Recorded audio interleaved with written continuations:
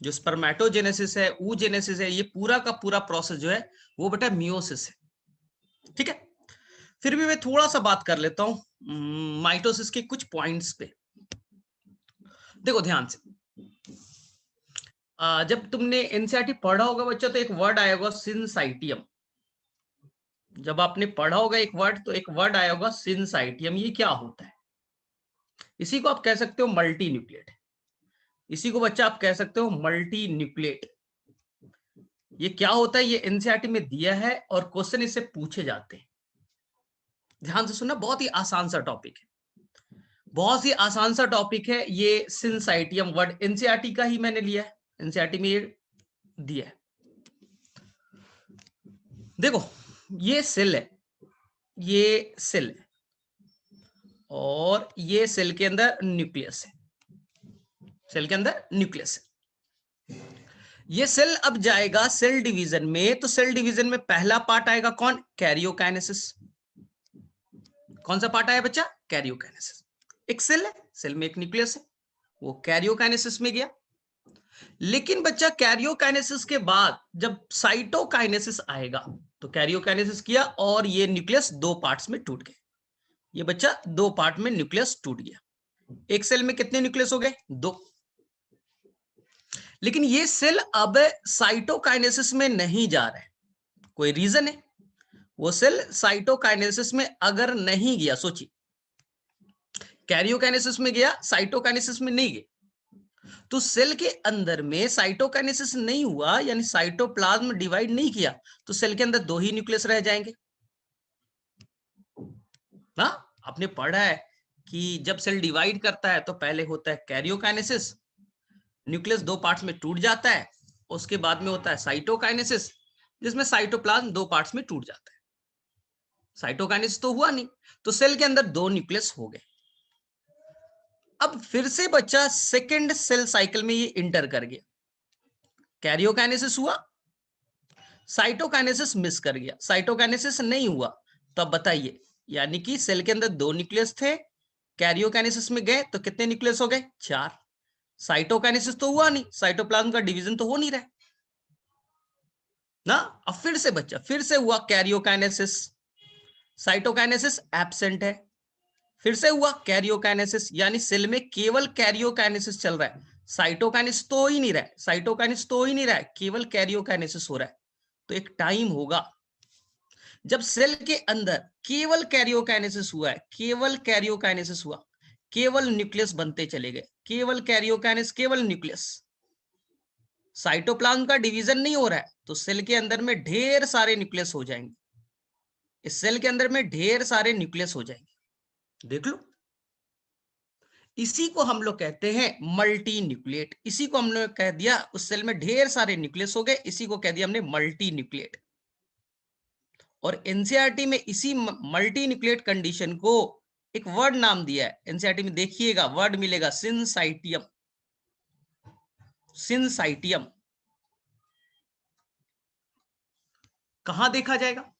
तो अगर आपके पास एनसीईआरटी है बच्चा, देखिए वहां पास ब्लैक पॉइंट में एक वर्ड आएगा सिंसाइटियम। सर कहां दिखा जाता है सिंसाइटियम? तो उसका आंसर आपको करना है, इसका एग्जाम्पल आपको याद रखना ना। लिक्विड इंडोस्पर्म ऑफ कोकोनट, जो कोकोनट में जो लिक्विड पार्ट है, लिक्विड इंडोस्पर्म ऑफ कोकोनट, जो कोकोनट में इंडोस्पर्म है, उसमें दो पार्ट है। जब आप कोकोनट खाइएगा, डाब या नारियल जो बोलना है ना, उसके अंदर क्या दिखेगा आपको? एक व्हाइट कलर का इधर सॉलिड वाला पार्ट मिलेगा, जिसे आप खाते हो, ये सॉलिड वाला पार्ट मिलेगा, और अंदर में मिलेंगे नारियल पानी। अंदर में क्या होगा? लिक्विड पार्ट होगा। तो इस लिक्विड पार्ट में केवल बेटा न्यूक्लियस है, इसी को कहते हैं न्यूक्लियर एंडोस्पर्म।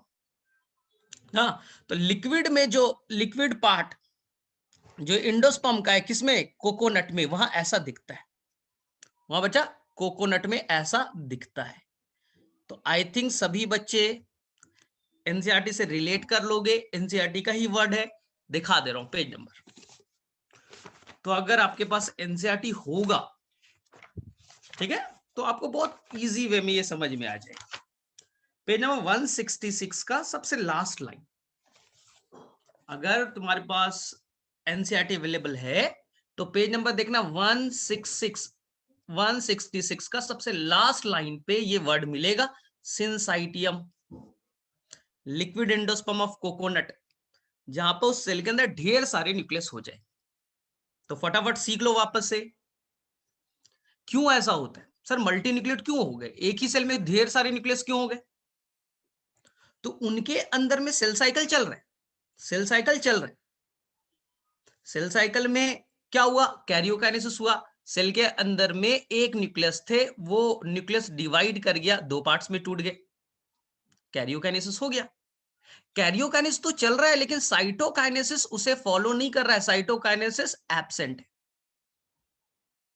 तो कैरियोकाइनेसिस हो रहा है, न्यूक्लियस दो पार्ट में, फिर से यहां पर कैरियोकाइनेसिस हो गया, साइटोकाइनेसिस तो हो नहीं रहा है, तो फिर से क्या होगा, फिर से न्यूक्लियस दो पार्ट्स में टूट जाएगा, न्यूक्लियस हो गए चार, फिर से इसके अंदर कैरियोकाइनेसिस हो गया, यानी लगातार कैरियोकाइनेसिस ही चल रहा है, साइटोकाइनेसिस हो ही नहीं रहा है, साइटोप्लाज्म का डिवीजन नहीं हो रहा है। तो उसी सेल में ढेर सारे न्यूक्लियस का होना, इसी को कहते हैं मल्टी न्यूक्लिएट, या इसी का एक नाम दिया है सिंसाइटियम। एग्जाम्पल याद रखिएगा, एग्जाम्पल बहुत इंपॉर्टेंट है, liquid endosperm of coconut, coconut में जो लिक्विड पार्ट होता है उनके अंदर में सिंसाइटियम कंडीशन पाया जाता है। चलो ठीक है, तो मेरे में से कर लोगे ये क्वेश्चन, आई थिंक बहुत ही आसान सा है। ठीक है, हाँ स्केलेटल मसल में भी ऐसा ही देखा जाता है, लेकिन एनसीईआरटी में वहां का थोड़ा सा कंडीशन अलग है, थोड़ा सा कंडीशन वहां का अलग है, लेकिन वहां भी मल्टी न्यूक्लिएट होते हैं ना, वहां सेल्फ यूज हो जाते हैं। चलो ठीक है, अब सेकेंड पार्ट देखो, सेकेंड चीज पूछा जाएगा कि माइटोसिस होता कहाँ है। तो मैंने फर्स्ट क्लास में भी आपको बताया था कि पूछा जाएगा कि माइटोसिस कहाँ होता है, तो आपको मैंने बहुत अच्छे से समझाया था। अगर वर्ड आए माइटोसिस कहाँ होता है और इसके फायदे क्या, माइटोसिस का क्या फायदा है, तो बहुत ही आसान से, माइटोसिस अगर पूछा जाए प्लांट के अंदर में, हाँ अगर हमारे पहले एनिमल्स पे बात कर ले, पहले एनिमल्स पे बात कर ले, एनिमल किंगडम में बात कर ले, तो माइटोसिस हमेशा बच्चा डिप्लॉयड सेल में पाया जाएगा, 2n में। माइटोसिस हमेशा डिप्लॉयड वाले सेल में पाया जाएगा, हमेशा माइटोसिस डिप्लॉयड कंडीशन वाले सेल में ही पाया जाएगा। हाँ कुछ एक्सेप्शन को छोड़ दे सर, कहां, तो एनसीईआरटी में दिया है बच्चा सोशल इंसेक्ट्स, सोशल इंसेक्ट्स के अंदर में जो माइटोसिस होता है वो बच्चा लोग पाया जाता है हैप्लॉयड वाले सेल में। कहां पाया जाता है, हैप्लॉयड के केस में। आप जब क्लास 12th पढ़िएगा, आई थिंक सभी ने पढ़ ही रखा है, 12th पास करके ही तो आए, तो क्लास 12th में पढ़िएगा sex determination in honey bee. जब आप हनी बी के सेक्स डिटर्मिनेशन में पढ़ते हैं, एनसीईआरटी में बेटा बहुत डिटेल से दिया है ये ना, जेनेटिक्स में जो चैप्टर है आपका principle of heredity and variation, वहां सेक्स डिटर्मिनेशन ह्यूमन बीइंग का भी है, बर्ड्स का भी है ना, और वहां पर बच्चा ड्रोसोफिला का भी है, और वहां पर हनी बी का भी, याद करो आपने पढ़ा होगा। तो हनी बी के अंदर में जो मेल होता है, जो बेटा मेल होता है, फीमेल नहीं, मेल जो होता है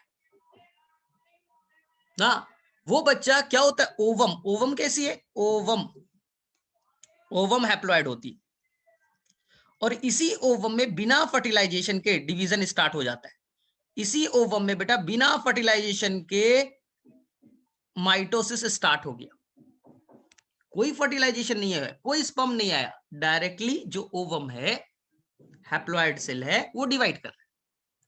हाँ, और उसी के डिवीजन से ओवम के डायरेक्टली बेटा माइटोसिस में गया, मास ऑफ सेल बने, इसी से लार्वा बन गया, और इसी से बन गया male honeybee, male honeybee, male honeybee का फॉर्मेशन होता है। आप शायद पढ़ा होगा अगर क्लास 12 में थोड़ा सा फोकस किया होगा तो, इसलिए एनसीईआरटी में एक लाइन लिखा गया है सेक्स डिटर्मिनेशन ऑफ हनीबी में, कि ये जो हनीबी बना है, मेल हनीबी जो बना है, वो बेटा हैप्लॉइड है, हैप्लॉइड है, क्योंकि ये फर्टिलाइजेशन से तो बना नहीं।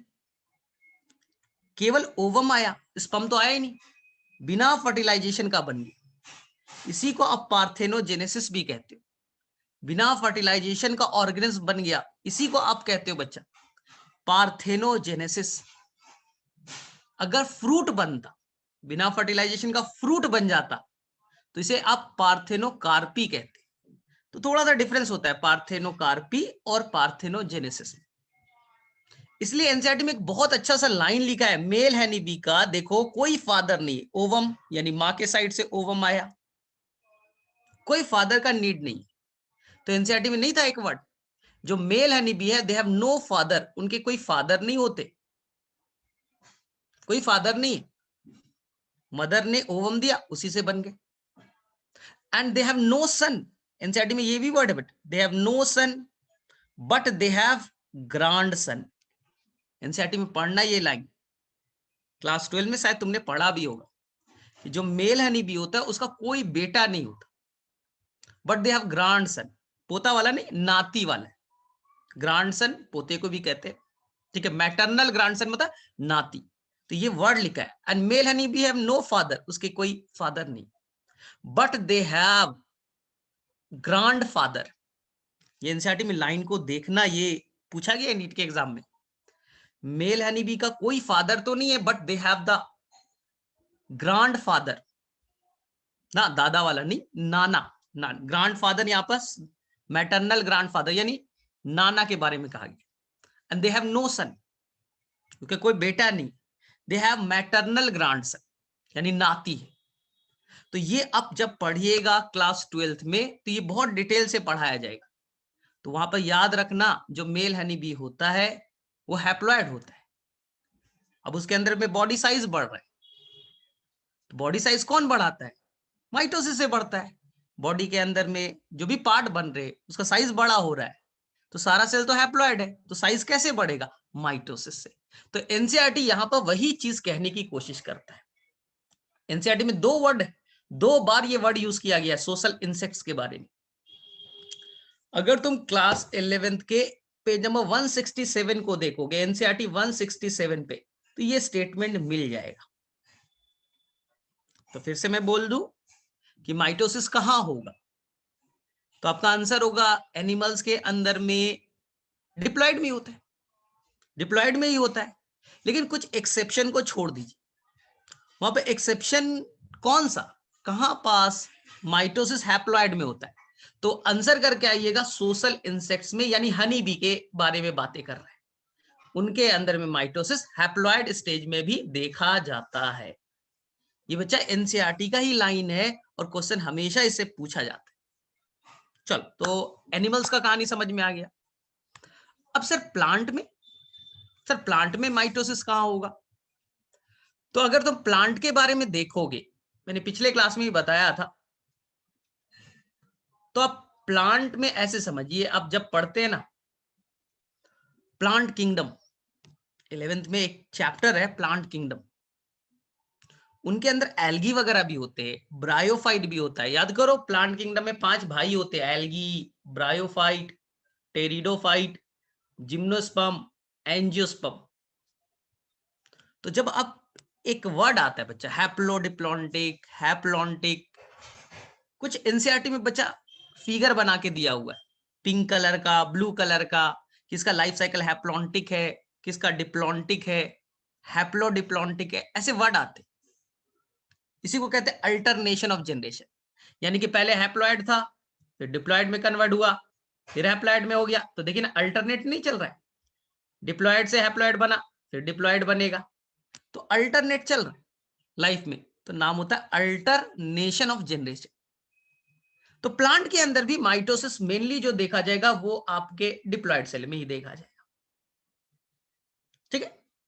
प्लांट में भी कहां देखा जाएगा? डिप्लॉयड सेल में ही। लेकिन कुछ लोअर प्लांट्स है, कुछ बेटा लोअर प्लांट्स है, यानी कि यहां पास एल्गी के बारे में बातें की जा रही है, ब्रायोफाइट के बारे में बातें चल रही है, टेरिडोफाइट, एल्गी, ब्रायोफाइट और टेरिडोफाइट, इनके अंदर में माइटोसिस डिप्लॉयड में तो होता ही होता है, डिप्लॉयड में तो होगा ही होगा, लेकिन इनके अंदर हैप्लॉयड के अंदर भी माइटोसिस देखा जाता है। ना, तो बोल दिया था जनरली उनके अंदर हैप्लॉइड में ही माइटोसिस होता है, डिप्लॉइड में होगा, मैंने मना नहीं किया, लेकिन उनके अंदर हैप्लॉइड में भी देखा जाता है। हायर प्लांट बोलेगा कि हायर प्लांट, ये तो लोअर प्लांट की कहानी थी। हायर प्लांट, हायर प्लांट में मेनली माइटोसिस 2n में ही देखा जाएगा, डिप्लॉइड में भी देखा जाएगा, कुछ एक्सेप्शनल केस में हैप्लॉइड में देखा जाता है।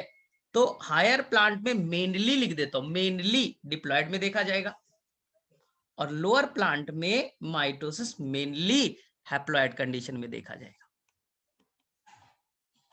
ये बेटा मैं नहीं कह रहा, ये आपके एनसीईआरटी में स्टेटमेंट दिए कि जो बड़े प्लांट है, हायर प्लांट है, जिम्नोस्पर्म, एंजियोस्पर्म, उनके अंदर में मेनली माइटोसिस डिप्लॉइड स्टेज में ही देखा जाएगा, डिप्लॉइड कंडीशन में ही देखा जाएगा ना। हाँ, हैप्लॉइड में भी होता है, हैप्लॉइड में भी होता है बच्चा, और तुमने पढ़ा भी है, लेकिन शायद रिलेट ना कर पाओ, क्योंकि अब देखो, जब तुमने पढ़ा था पॉलन ग्रेन के बारे में कि ये बेटा ये माइक्रोस्पोर मदर सेल है, याद करो, माइक्रोस्पोर मदर सेल है, जिसे आप कहते थे पॉलन मदर सेल, इसी को कहते थे आप माइक्रोस्पोर मदर सेल। कुछ याद आ रहा है? एंथर के अंदर होता था वो बेटा, पहले मियोसिस में जाता था, और मियोसिस से वो 4 सेल में टूट जाता था, याद करो, microspore tetrad, microspore tetrad, 4 haploid वाले सेल बन गए, चारों जुड़े हैं तो टेट्राड नाम दे दिया। एनसीईआरटी में नहीं था फिगर क्लास 12th में, रिप्रोडक्शन इन फ्लावरिंग प्लांट, चारों माइक्रोस्पोर जुड़े थे, माइक्रोस्पोर टेट्राड।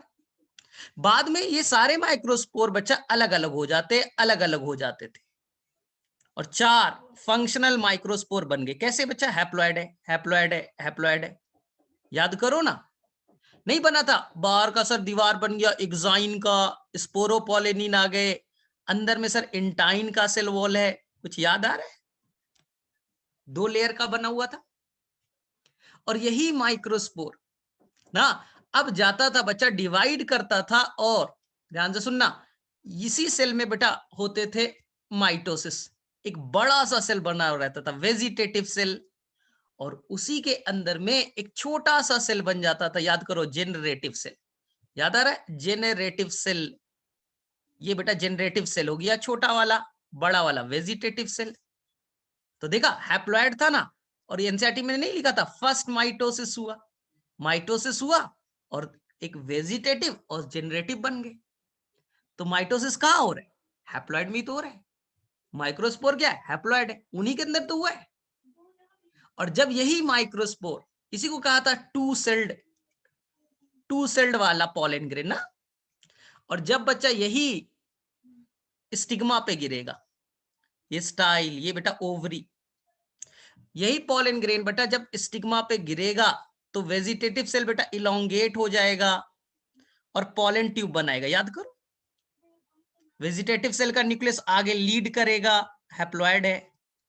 और जो जनरेटिव सेल है, ये व्हाइट वाला जो जनरेटिव सेल है बच्चा, यहां एनसीईआरटी का लाइन याद करना, अगर तुमने क्लास 12 में थोड़ा सा भी पढ़ा होगा, तो जो जनरेटिव सेल है बेटा वो सेकेंड माइटोसिस करेगा और 2 मेल गैमेट्स बनाएगा। याद करो, तभी तो डबल फर्टिलाइजेशन होता है, तभी तो डबल फर्टिलाइजेशन होता है। 2 मेल गैमेट्स में टूट गई जनरेटिव सेल। कैसे सर? माइटोसिस करके, माइटोसिस से एक सेल 2 पार्ट्स में टूटता है, तो जनरेटिव सेल 2 सेल यानी 2 मेल गैमेट्स में टूट गया। तो देख लो ना, यहाँ पर माइटोसिस कौन किया? जनरेटिव सेल कौन है? हैप्लॉइड है, उसने हैप्लॉइड में ही तो किया ना माइटोसिस। तो आपको याद रखना है कि माइटोसिस बेटा हैप्लॉइड में भी देखा जाता है, लेकिन जनरली हायर प्लांट में रूट है, स्टेम है, लीफ है, फ्लावर है, सब डिप्लॉइड है, सब में माइटोसिस ही होगा। लेकिन कुछ जगह पे हैप्लॉइड में भी माइटोसिस देखने को मिलता है, कुछ जगह पे हैप्लॉइड में भी माइटोसिस देखने को मिलता है। पॉलन ग्रेन में दिखता है, वो हैप्लॉइड ही तो था जनरेटिव सेल, उसके अंदर में माइटोसिस हुआ। तो ये आपको याद रखना है कि कुछ जगह पे हैप्लॉइड में दिखता है, ठीक है? तो ये याद रखिएगा। और लोअर प्लांट जब आप पढ़िएगा बच्चा एल्गी के बारे में, ब्रायोफाइट के बारे में, टेरिडोफाइट के बारे में, तो वहां पर वर्ड आएगा कि स्पोर बना, ये स्पोर हैप्लॉइड है और ये स्पोर बेटा ग्रो करके मल्टी सेलुलर गैमीटोफाइट बन गए। गैमीटोफाइट बहुत बड़ा मल्टी सेलुलर स्ट्रक्चर है। तो हैप्लॉइड में ही डिवीजन हो रहा है ना, माइटोसिस। तो हम लोग जब प्लांट किंगडम में जाएंगे तो इस पे बात करेंगे, लेकिन आपको याद रखना है, ठीक है? तो मेरे में से कोई कंफ्यूजन नहीं होना चाहिए, बहुत ही आसान सा था। चलो, कुछ समझ में आ रहा है? ऊपर से बाउंस कर रहा है भाई, ये सब कुछ पढ़ा है पॉलन ग्रेन वगैरह कि ऊपर से जा रहा है?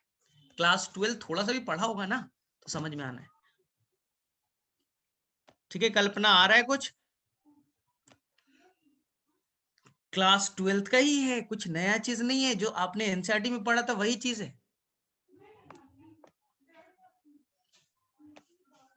ठीक है, हाँ, तो कोई मैं एक्स्ट्रा चीज कुछ भी नहीं बोला, जो आपने पढ़ा है मैं उसी के कॉन्टेक्स्ट में बता दी। चलो, अब सेकेंड चीज, सेल क्यों माइटोसिस करता है? अब नेक्स्ट है, सेल माइटोसिस क्यों करता है? सर ये एक सेल है, सर ये न्यूक्लियस है। हाँ, न्यूक्लियस का फिगर अलग बना देता हूं, एक मिनट। ये देखो, ये सेल है और ये न्यूक्लियस है। तो सर ये क्यों माइटोसिस करता है? ऐसा इसमें क्या हो गया सर कि इसे माइटोसिस करने की जरूरत पड़ गई? अब एनसीईआरटी में एक वर्ड है बच्चा, क्या आखिर सेल को कोई बताता है क्या कि माइटोसिस कर लो? अकेले मन नहीं लग रहा है क्या? इस सेल में ऐसा क्या हो रहा है कि उसे माइटोसिस करने की जरूरत पड़ गई?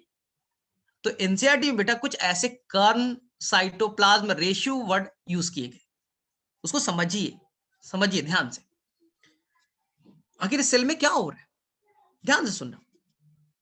सेल के अंदर में बच्चा ग्रोथ होगा, सेल बड़ा हो रहा है, सेल बड़ा हो रहा है, देख लीजिए सेल बड़ा हो गया ना, सेल बड़ा हो रहा है। लेकिन उस रिस्पेक्ट में न्यूक्लियस का ग्रोथ ज्यादा हो नहीं पाता है। बाहर के पार्ट को बेटा आप क्या कहते हो? साइटोप्लाज्म। इस फ्लूइड को क्या कहते हो? नीले वाले को।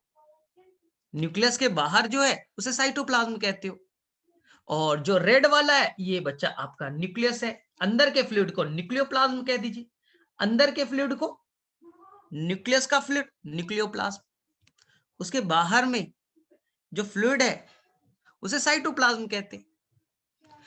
तो होता क्या है कि सेल जब ग्रो करता है बेटा तो उसका साइटोप्लाज्म बड़ा होते जा रहा है ना, साइज बड़ा होते जा रहा है, साइटोप्लाज्म बड़ा होते जा रहा है। लेकिन उस रिस्पेक्ट में न्यूक्लियस का ज्यादा ग्रोथ हो नहीं पाता, न्यूक्लियस लिमिटेड ग्रोथ करता है, न्यूक्लियस का साइज ज्यादा नहीं बढ़ पाता जितना बेटा साइटोप्लाज्म का हो रहा है। तो यहीं पास बेटा एक वर्ड आएगा, ये न्यूक्लियस का फ्लूइड न्यूक्लियोप्लाज्म, और ये बेटा बाहर का फ्लूइड साइटोप्लाज्म। तो सोचिए, ऐसे समझिए,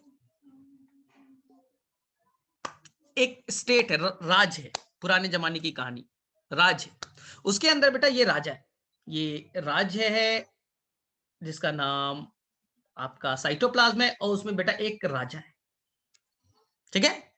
अब बेटा वो जीतने लगा, मतलब दूसरे पड़ोसी वाले पे अटैक करता था, और ये अपने राज को बड़ा करने लगा, और बड़ा कर लिया, और बड़ा कर लिया, सोचो। लेकिन राजा का साइज थोड़ी ना बड़ा हो जाएगा, राजा का साइज थोड़ी ना बड़ा हो जाएगा बच्चा, राजा जिस महल में रहता उतना ही बड़ा रहेगा।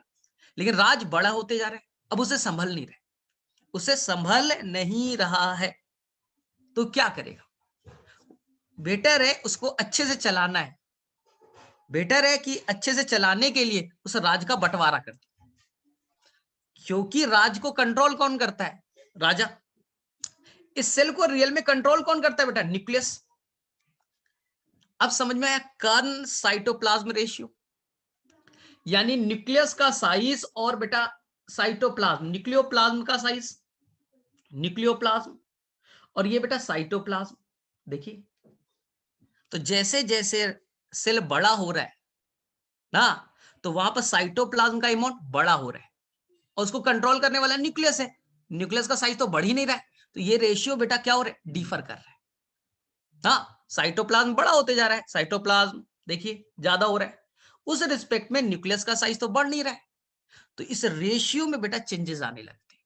अब न्यूक्लियस बोलता है कि मुझे संभल नहीं रहा है, मुझे संभल नहीं रहा, और बड़ा हो रहा है, और बड़ा हो रहा है, मैं कितना संभालूंगा? तो सेल के अंदर में ये मैसेज आता है कि इससे बेटर है इससे बेटर है कि आप डिवाइड कर जाओ, इससे बेटर है कि आप डिवाइड कर लो और 2 छोटे सेल बना लो, जिससे आसानी से अब ये यहां पास आप न्यूक्लियस संभाल सकते हो। तो एनसीईआरटी जब पढ़ोगे तो ये वर्ड आपको मिलेगा पेज नंबर 167 पे। पढ़ रहा हूं मैं, तुम्हारे पास शायद एनसीईआरटी होगी नहीं होगी पता नहीं, ठीक है। तो वहां पर देखो बच्चे, यहां पर लिखा है cell growth result in disturbing, जैसे जैसे सेल का साइज बढ़ता है तो रेशियो डिस्टर्ब हो रहा है। देखो फिर से पढ़ रहा हूं, cell growth result in disturbing the ratio between the nucleus and the cytoplasm. जो न्यूक्लियस है उसका साइज ज्यादा बढ़ता नहीं, लेकिन जो बाहर का पार्ट है जहां सारा मेटाबॉलिज्म हो रहा है, प्रोटीन बन रहे हैं, एंजाइम्स रिएक्शन कर रहा है, सारा काम साइटोप्लाज्म में हो रहा है, वो बेटा बड़े होते जा रहे हैं, उसको कंट्रोल करने वाला न्यूक्लियस का साइज ही नहीं बढ़ रहा है। तो क्या लिखता है NCERT, cell growth result in disturbing ratio between the nucleus and the cytoplasm, it therefore become essential for the cell to divide to restore the nucleocytoplasmic ratio. अब समझ में आया, न्यूक्लियस का साइज तो बढ़ा नहीं, साइटोप्लाज्म का ग्रोथ होते जा रहा है और साइटोप्लाज्म ही सारा मेटाबॉलिज्म करता है। तो अब न्यूक्लियस बोल रहा है मुझे कंट्रोल नहीं हो पा रहा है, तो अच्छा है कि अब डिवाइड कर जाओ, 2 छोटे सेल बना दो, तो न्यूक्लियस अब आराम से साइटोप्लाज्म को कंट्रोल कर सकता है। इसलिए वो सेल को मैसेज गया कि सेल को डिवाइड करना चाहिए। तो मेरे में से क्लियर है, ये बच्चा बहुत ही आसान सा पॉइंट एनसीईआरटी में लिखा गया, लेकिन बच्चा समझता नहीं। चलो नेक्स्ट पार्ट, सर माइटोसिस क्यों जरूरी है? चलो माइटोसिस क्यों जरूरी है, एक तो हुआ कि क्यों होता है, माइटोसिस से फायदा क्या है। तो मैंने बेटा फर्स्ट क्लास में आपको बताया था, अपनी कहानी अच्छे से समझो, सारा चीज पता चल जाएगी। अपनी कहानी सीखो कि ये आपके पापा, ये बेटा sperm, haploid, mummy ovum, diploid. Mummy के साइड से क्या आया, ओवम आया, हैप्लॉइड, दोनों बेटा फर्टिलाइज किए और ये आप बन गए, आपका नाम जाइगोट है, आपका नाम बच्चा, आप डिप्लॉयड हो और ये बच्चा आपका फॉर्मेशन स्टार्ट हो गया है। किसी भी लाइफ की स्टार्ट बेटा जाइगोट से होती है ना। अब इस जाइगोट को बच्चा एक इम्ब्रियो में कन्वर्ट होना है, इम्ब्रियो से फीटस बनना है, फीटस को बेटा ऑर्गन बनाने, पूरा बॉडी स्ट्रक्चर बनाना है, और उनके अंदर बेटा क्रोमोसोम का नंबर भी सेम रहना है। आपके डिप्लॉयड है तो जो इम्ब्रियो बनेगा, उस दिन भी बताया था बेटा, इम्ब्रियो में जो सेल बन रहे, इम्ब्रियो के हर सेल में क्रोमोसोम बच्चा 46 यानी 2n ही होना चाहिए। इसी से फीटस बनेगा, इसी से पूरा बॉडी बनेगा, हाथ बनेंगे, लेग ना, राइट हैंड बनेगा, लेफ्ट हैंड बनेंगे, नोज बनेगा ना, पूरा बॉडी का हर ऑर्गन बनना है, और हर ऑर्गन के अंदर में क्रोमोसोम नंबर 2n ही होना चाहिए, डिप्लॉयड ही होना चाहिए। तो कैसे होगा, इसलिए आपके एम्ब्रियो बनाने में माइटोसिस का बड़ा इंपॉर्टेंट रोल है। अब बच्चा बर्थ होगा, पैदा हो गया, अभी कितना छोटा है, अब उसका साइज बड़ा होना है। बच्चा जैसे जैसे 1 महीने का हुआ, 2 महीने का हुआ, 6 महीने का हुआ, तो उस बच्चे का साइज बड़ा होता है।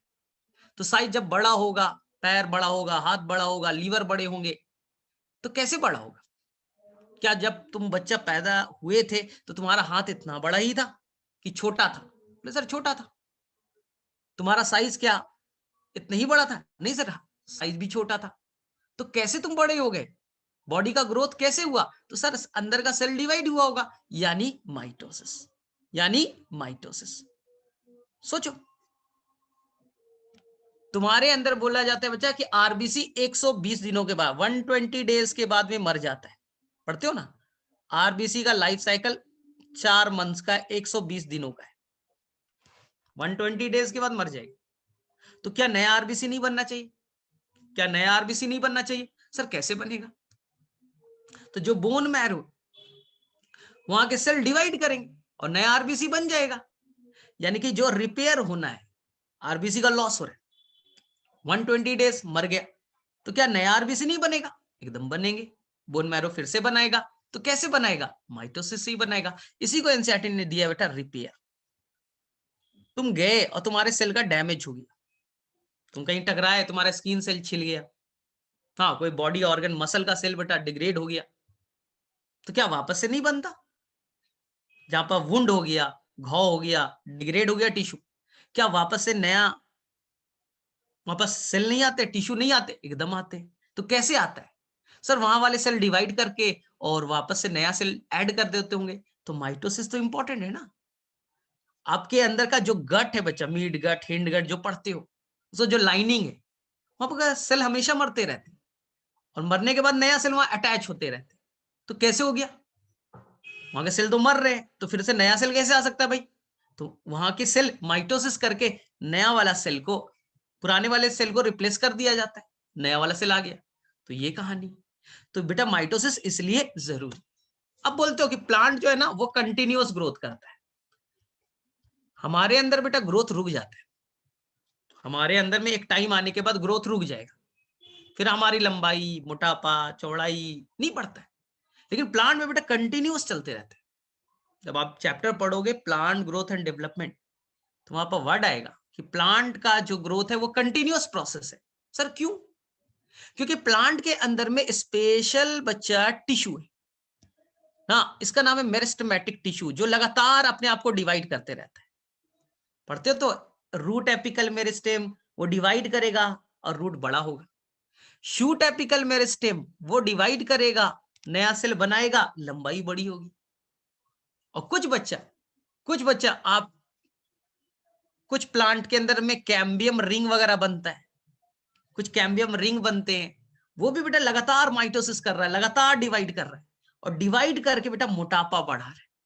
तो प्लांट में हमेशा मोटापा, लंबाई बढ़ते रहता है। तो कैसे हो रहा है? सर वहां के सेल ना लगातार माइटोसिस करते जा रहे हैं। तो प्लांट के अंदर में जो हमेशा ग्रोथ चल रहा है उसके लिए भी कौन रिस्पॉन्सिबल है? माइटोसिस।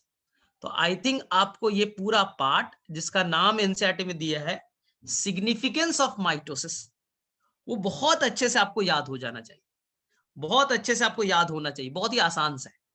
तो ये मैंने पहले भी आपको समझा रखा था। तो इसमें किसी भी बच्चे को कोई भी इश्यू नहीं होना चाहिए, बहुत ही आसान सा टॉपिक है। चलो कर लोगे खुद से? हमारे अंदर में अब स्टेम सेल कहाँ है? हमने तो पढ़ा तो है, हमारे अंदर में अब स्टेम सेल नहीं है ना। हाँ, जब स्टार्टिंग में रहते हैं तब की बात है।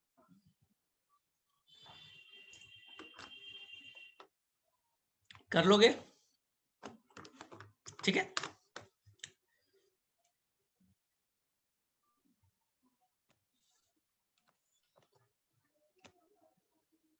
अब देखो,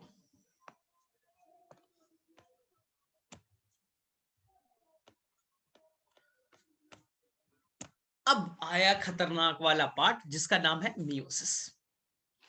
मियोसिस रियल में थोड़ा सा कॉन्सेप्चुअल है, लेकिन मियोसिस आपको तभी अच्छे से समझ में आएगा जब एक लॉजिकल माइंड से आप सोचोगे। हाँ, एक थोड़ा सिंपल ना, ओपन माइंड से सोचोगे तो बेटा बहुत आसानी से समझ में आएगा। उसमें रटो मत, सिंपल सा कहानी। मियोसिस में होता क्या है, एकदम सिंपल सा लाइन। मियोसिस में ये बच्चा आपके अंदर में टेस्टिस, टेस्टिस के अंदर में कुछ स्पेशल सेल हैं। इस सेल का नाम है प्राइमरी स्पर्मेटोसाइट। क्या नाम है? Primary spermatocyte. वो बच्चा डिप्लॉयड है 2n है और क्रोमोसोम का नंबर 46 है। इतना याद रख सकते हो आप। टेस्टिस के अंदर में कुछ स्पेशल सेल है जिसका नाम है प्राइमरी स्पर्मेटोसाइट। क्योंकि आपको मैंने पहले बता रखा है कि जो मियोसिस होता है वो केवल और केवल आपके अंदर में एक मेल के अंदर में स्पर्म बनाने के दौरान होता है और फीमेल के अंदर में ओवम बनाने के दौरान होता है। बस मेरे बॉडी में केवल स्पर्म बनाने के लिए मियोसिस, बाकी हर बॉडी के पार्ट में माइटोसिस चल रहा है। तुम्हारे अंदर जो ओवरी है उसके अंदर में oogenesis हो रहा है, ओवम बनाने की प्रोसेस चल रहा है, गैमेट्स, फीमेल गैमेट्स ओवम बनाने के लिए, तो वहां मियोसिस हो रहा है। तो मियोसिस बस दो ही जगह हो रहा है, अगर ह्यूमन बीइंग में देखो तो मियोसिस बस दो ही जगह पे हो रहा है, एक स्पर्म बनाने के लिए, एक ओवम बनाने के लिए।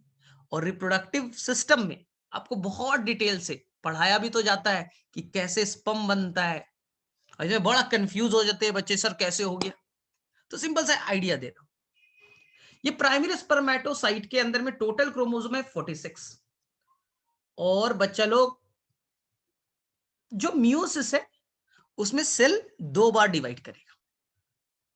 माइटोसिस में सेल एक बार डिवाइड करता था, मियोसिस में सेल दो बार डिवाइड करेगा।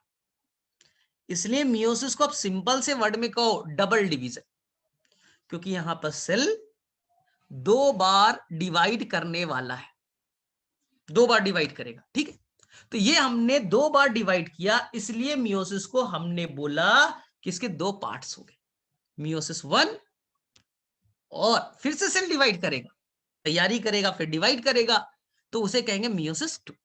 तो अभी हुआ मियोसिस 1। अभी क्या हुआ बच्चा? मियोसिस 1। तो यहां पर मैं लिख देता हूं, ये हुआ है आपका मियोसिस 1, और सेल एक से दो पार्ट्स में टूट गए। एकदम सिंपल है। अभी आपके पास क्रोमोसोम कितना था सर? 46 था, प्राइमरी स्पर्मेटोसाइट। और ये जो अब रेड वाला बना, ये और ये, इसका नाम है बच्चा सेकेंडरी स्पर्मेटोसाइट। वो प्राइमरी था तो ये बना सेकेंडरी स्पर्मेटोसाइट। देखो साइट मतलब सेल, स्पर्मा यानी जो सेल स्पर्म बनाएगा स्पर्मेटोसाइट, जो सेल स्पर्म बनाएगा स्पर्मेटोसाइट। अब ध्यान से सुनो, प्राइमरी स्पर्मेटोसाइट में क्रोमोसोम कितना है? तो आंसर 46। अब उसका हाफ कर दो, यानी कि यहां पास हो जाएगा n equal to 23, n equal to 23। अब आया आपको समझ में? क्रोमोसोम वहां 46 थे, हमने डिवाइड कर दिया, 23 हो गए। इसमें कौन सी बड़ी बात है? इसमें कोई कोई इलॉजिकल चीज है क्या? 46 थे, 23 हो गए, क्रोमोसोम का नंबर आधा हो गया, रिडक्शनल डिवीजन, क्रोमोसोम का नंबर आधा हो गया भाई। अब ये वाला सेल फिर से बच्चा डिवाइड करने जाएगा, क्योंकि बोला था सेल दो बार डिवाइड करता है, डबल डिवीजन कहते हैं। ये सेल भी डिवाइड करेगा, ये सेल डिवाइड करके बन गए दो सेल, ये डिवाइड करके बना दो सेल, ये डिवाइड करके बने दो सेल, दो सेल। इसलिए तो मियोसिस में कहते हैं एक सेल दो बार डिवाइड किया, एक से दो, फिर दो से चार बन गए, स्पर्म चार बनते हैं, सबको तो मालूम है। अब देखिए ध्यान से, यहां पास हुआ मियोसिस 2, यहां पास हुआ मियोसिस 2, यहां पास हुआ मियोसिस 2।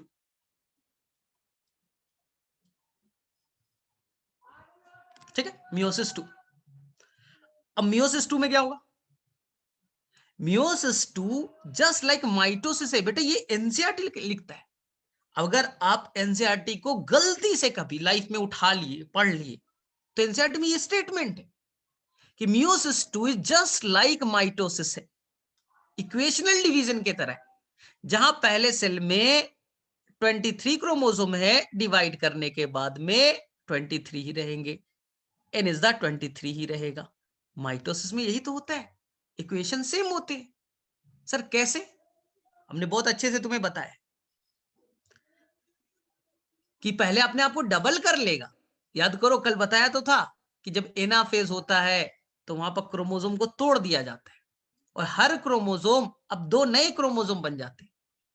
कल ही बताया था ना कि अगर इंसान के अंदर, हमारे अंदर में 46 क्रोमोसोम है, तो जब एनाफेज में जाएगा तो एनाफेज के अंदर में क्रोमोसोम दो पार्ट्स में टूट जाता है, तो 46 से 92 हो जाते हैं, और फिर 46 और 46 दो सेल में डिवाइड हो जाता है। सेम कहानी यहां लगेगा, सेम कहानी माइटोसिस की कहानी अप्लाई हो जाएगी मियोसिस 2 में। तो यहां भी देखिए n इज द 23 और n इज द 23, और ये फाइनली आपके चार स्पर्मेटिड्स बन गए, 4 आपके स्पर्मेटिड्स बन गए। कौन सा डिफिकल्ट काम है भाई? इस पूरे प्रोसेस को एनसीईआरटी स्पर्मेटोजेनेसिस कहते हैं। इस पूरे प्रोसेस को मियोसिस 1 में क्या हुआ, मियोसिस 2 में क्या हुआ, द होल प्रोसेस, कंप्लीट जो इवेंट है, प्रोसेस है, इसी को एनसीईआरटी नाम देता है स्पर्मेटोजेनेसिस। स्पर्मेटोजेनेसिस, इस पूरे प्रोसेस को एनसीईआरटी नाम देता है स्पर्मेटोजेनेसिस। कोई डिफिकल्ट है क्या? मुझे तो नहीं लगता। मुझे तो ऐसा नहीं लगता कि तुम्हें डिफिकल्ट लगना चाहिए। इसमें कौन सी बड़ी बात है? एक सेल टूट करके 4 सेल बने, ये 4 स्पर्मेटिड्स है, बाद में ये स्पर्म में कन्वर्ट हो जाएंगे, बाद में ये स्पर्म में कन्वर्ट हो जाएंगे। आपको मालूम है ना, कुछ स्पर्मियोजेनेसिस होता है और ये स्पर्म में कन्वर्ट हो जाते हैं। यही तो कहानी है। तो एक से आपके 4 बने, पहला चीज। सेल 2 बार डिवाइड करेगा, डबल डिवीजन। डबल डिवीजन पहले वाले में, मियोसिस के पार्ट 1 में क्रोमोसोम आधा हो गए, क्रोमोसोम आधा हो गए, तो ये बेटा रियल में हो गया आरडी, रिडक्शनल डिवीजन। कहां हुआ रियल में डिवीजन? हाफ कहां हुए? क्रोमोसोम का नंबर आधा कहां हुआ? सर मियोसिस 1 में देखो ना 46 थे, 23 हो गए। तो रियल रिडक्शनल डिवीजन कौन है? सर मियोसिस 1 है। और मियोसिस 2 में क्या हुआ? सर यहां पास तो मियोसिस 2 में क्रोमोसोम नंबर तो सेम ही रह गया सर, देखो यहाँ 23 था, यहाँ अभी भी 23 है। तो ये बेटा जस्ट लाइक इक्वेशनल डिवीजन है, इक्वेशन सेम रह गया, तो एनसीईआरटी में कह दिया जस्ट लाइक माइटोसिस है, माइटोसिस है, हो गया। कोई डिफिकल्ट कुछ भी नहीं है। ये तुम बेटा डिफिकल्ट जबरदस्ती बना देते हो, जबरदस्ती बना देते हो कि मियोसिस डिफिकल्ट है, स्पर्मेटोजेनेसिस डिफिकल्ट है। हो गया, हो गया यहां पास। ये पूरा इवेंट जो स्पर्मेटोजेनेसिस इंसान में बेटा मेल में स्टार्ट होता है प्यूबर्टी स्टेज पे। कहां स्टार्ट होता है? प्यूबर्टी स्टेज पे। जब 14 साल के आसपास उम्र हो गया, जब एफएसएच हार्मोन, एलएच हार्मोन, क्या क्या पढ़ते हो ना, तो जब हार्मोन बढ़ता है ना, हार्मोन के इन्फ्लुएंस से, हार्मोन के चलते जो टेस्टिस है उनका सेल स्पर्मेटोजेनेसिस में जाता है। यही तो कहानी है। तो याद रखिएगा, ह्यूमन मेल में स्पर्मेटोजेनेसिस प्यूबर्टी स्टेज में होता है।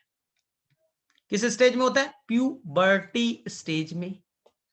खत्म कहानी। हाँ, फीमेल की कहानी थोड़ी अलग है। फीमेल की कहानी बेटा थोड़ा अलग है। हाँ, कि उसके अंदर में थोड़े से कंफ्यूजन क्रिएट होते हैं फीमेल के अंदर। मेल के अंदर तो कुछ है ही नहीं, मेल वाला तो सब कुछ ठीक ठाक है। फीमेल में क्यों होता है मैं बताता हूं। फीमेल में क्यों होता है मैं उसे एक्सप्लेन करता हूं, और इसे कंफ्यूज नहीं होना चाहिए, बहुत आसान सा है। देखो मियोसिस में हुआ क्या, थोड़ा लॉजिकल सोचो चीजें को ना, लॉजिकल सोचना ध्यान से। एक सेल को स्पर्म बनाना है, सोचो एक सेल को स्पर्म बनाना है, तो वो सेल बच्चा सबसे पहले तो प्रिपरेशन में जाएगा ना। बिना प्रिपरेशन का कोई डिवीजन नहीं होता, ना माइटोसिस ना मियोसिस। अगर तुम्हें माइटोसिस करना है तब भी प्रिपरेशन करो, मियोसिस करना है तब भी प्रिपरेशन करो। यानी जो प्रिपरेटरी फेज था, जो आपने इंटरफेस कल पढ़ा था, वो बेटा मियोसिस के लिए भी अप्लाई है, माइटोसिस के लिए भी है। तो ऐसा मत सोचना कि मियोसिस में तैयारी नहीं होगा, एकदम होगा। तो जब आप मियोसिस अभी पढ़ने वाले हो तो ध्यान से चीजों को पहले समझो। मियोसिस में सबसे पहले सेल प्रिपरेशन करेगा, और प्रिपरेशन के नाम पे पहले वो जाएगा G1 में, फिर बेटा कल के तरह ही जाएगा वो S में, फिर बच्चा वो जाएगा G2 में। आ गया ना समझ में? इनके बिना बेटा, प्रिपरेशन के बिना आप भूल जाओ, प्रिपरेशन तो होना ही होना है। वो माइटोसिस हो या मियोसिस हो, इससे क्या फर्क पड़ता है? सेल को तैयारी तो करनी पड़ेगी। एग्जाम बेटा कोई भी दो, तुम नीट का एग्जाम दो या बेटा कोई और एग्जाम दो, तुम इंजीनियरिंग का एग्जाम देना चाहते हो, क्या प्रिपरेशन नहीं करोगे? सर प्रिपरेशन तो जरूरी है। दुनिया में कभी भी सेल डिवाइड करेगा तो बेटा प्रिपरेशन जरूरी है, ये याद रखिएगा, अदरवाइज कॉन्सेप्ट गलत हो जाएगा। कोई सेल ऐसे ही थोड़ी डिवाइड करता, प्रिपरेशन चाहिए, डीएनए को डबल करना है। ठीक है, तो हमने बच्चे यहाँ पर प्रिपरेशन करा दिया। G1 S और G2, ये क्लियर है सभी को? ये बच्चा क्लियर है? अब सेल रेडी है, लेकिन अब मियोसिस बोलेगा कि हम तो दो पार्ट्स में भाई, हम तो दो पार्ट्स में सेल को डिवाइड करेंगे। एक का नाम होगा मियोसिस 1, मियोसिस 1, मियोसिस 1। हम तो सेल को दो बार डिवाइड करेंगे ना। बोले ठीक है, एक बार डिवाइड करो, एक से अब दो सेल बन जाएगा। अब बच्चा एक से दो सेल बना, ठीक है। अब वो दोनों सेल बेटा फिर से तैयारी करेगा। हर सेल बेटा डिवाइड करने से पहले तैयारी करता है। तो आपके जो मान लीजिए यहां पर एक सेल थे, मियोसिस 1 से बच्चा कितने सेल बन गए? सर दो सेल बन गए। अभी बताया था ना, मियोसिस 1 में एक सेल डिवाइड करता है, दो सेल बनते। तो क्या इसे तैयारी की जरूरत नहीं है बच्चा? क्या ये सेल डायरेक्टली मियोसिस 2 में चला जाए? क्या मैं डायरेक्टली भेज दूं? ये तो गलत काम हो जाएगा। बिना प्रिपरेशन का कोई एग्जाम नहीं देना चाहिए, तो फेल हो जाओगे। इसलिए इस सेल को भी बोलेगा मैं भी प्रिपरेशन करके जाऊंगा, बिना प्रिपरेशन का थोड़ी जाऊंगा। तो फिर से बच्चा मियोसिस 1 और मियोसिस 2 के बीच में, मियोसिस 1 और मियोसिस 2 के बीच में तैयारी चलाया जाएगा। इसका नाम बच्चा इंटरकाइनेसिस होगा, इंटरकाइनेसिस होगा। याद रहेगा आपको? समझ लो ध्यान से, कोई गड़बड़ नहीं करना। मियोसिस और मियोसिस 1 और 2 के बीच में इंटरकाइन, यहां दिखा देता हूं कहां पास हुआ था। सेल देखो यहां पास मियोसिस 1 से सेल डिवाइड किया बेटा दो, एक ये एक ये। अब इसको जाना बच्चा मियोसिस 2 में, तो डायरेक्टली भेज दे क्या? नहीं सर, तैयारी कर लेता है ना। तो यहां पास बच्चा मियोसिस 1 कंप्लीट हो गया, अब मियोसिस 2 में वो जा रहा है, तो थोड़ा तैयारी कर ले। तैयारी का नाम इंटरकाइनेसिस, तैयारी का नाम इंटरकाइनेसिस। इंटरफेस मत दीजिएगा, इंटरकाइनेसिस वर्ड कहते हैं क्योंकि दो मियोसिस के बीच हो रहा है, दो मियोसिस के बीच हो रहा है इंटरकाइनेसिस। चलिए, तो अब हम लोग देखें, इंटरकाइनेसिस समझ में आ गया, ठीक है। अब बताइए, मियोसिस 1 में सेल दो पार्ट्स में टूटेगा। आपको मियोसिस के दो पार्ट्स होते हैं, पहला होगा कैरियोकाइनेसिस, दूसरा होगा साइटोकाइनेसिस। आगे समझ में? Karyokinesis, cytokinesis. कैरियोकाइनेसिस में न्यूक्लियस टूटेगा, साइटोकाइनेसिस में साइटोप्लाज्म टूटेंगे और दो सेल बन गए। अब वो दो सेल बेटा तैयारी करेगा और जाएगा मियोसिस 2 में। मियोसिस 2 में भी बेटा सेम काम होगा कि सेल में पहले न्यूक्लियस टूटेंगे, कैरियोकाइनेसिस, फिर बच्चा साइटोप्लाज्म टूटेगा, साइटोकाइनेसिस। तो चीजें कुछ क्लियर हो रही है, धीरे धीरे धीरे धीरे क्लियर होनी चाहिए, ठीक है। नहीं तो फिर से करेंगे हम लोग। अब बताइए, आपने कल पढ़ा था माइटोसिस, कल पढ़ा था, आज हम मियोसिस की शुरुआत कर रहे हैं, टाइम लगेगा। आपको माइटोसिस में क्या बताया था? कैरियोकाइनेसिस में बच्चा लोग कितने फेज थे? सर याद करो, माइटोसिस में 4 फेज बताया था, तो बेटा यहां भी तो 4 फेज होगा ना।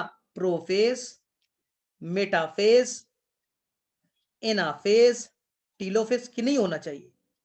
सर होना तो चाहिए ना, क्योंकि कैरियोकाइनेसिस में न्यूक्लियस बनता है, टूटता है, क्या क्या होते रहता है सर। तो जैसे माइटोसिस में हुआ था, वैसे ही सर इनके अंदर भी कुछ चेंजेस आएगा। तो हम लोग नाम दे दिया बच्चा प्रोफेज, मेटाफेज, एनाफेज, टीलोफेज।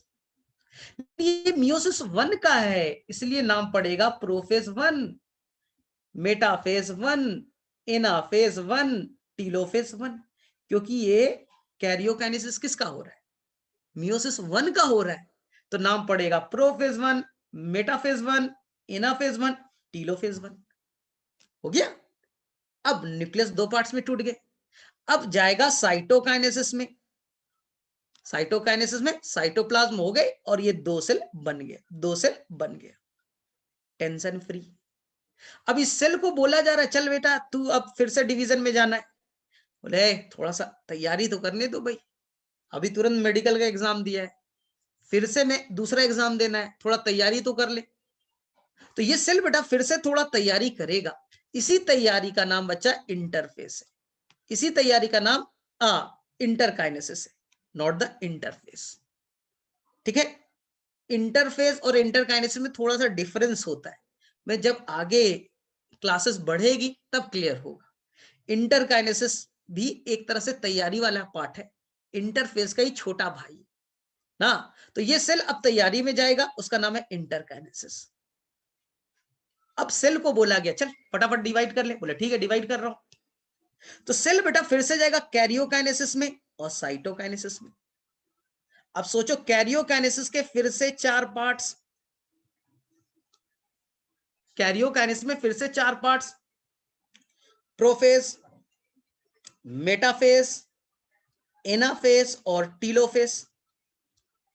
तो सोचिए ना, ये मियोसिस 2 का है, तो कंफ्यूजन नहीं हो जाता कि हम बोलते प्रोफेज हो रहा है, अरे भाई किसका, मियोसिस 1 का बोल रहे हो या मियोसिस 2 का बोल रहे हो, तो कंफ्यूजन क्रिएट हो सकता था।